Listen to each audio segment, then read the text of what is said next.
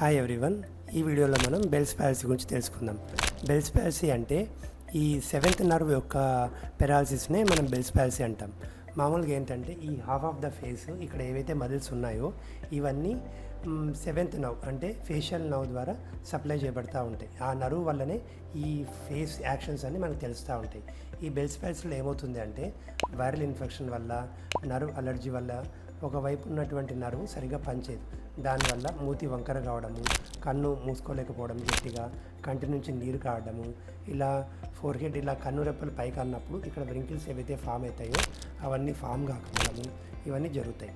అయితే ఈ బెల్స్ పాలసీలో మనం ట్రీట్మెంట్కి ఏమి ఇస్తామంటే స్టెరాయిడ్స్ మరియు యాంటీవైరల్స్ ఇస్తాము.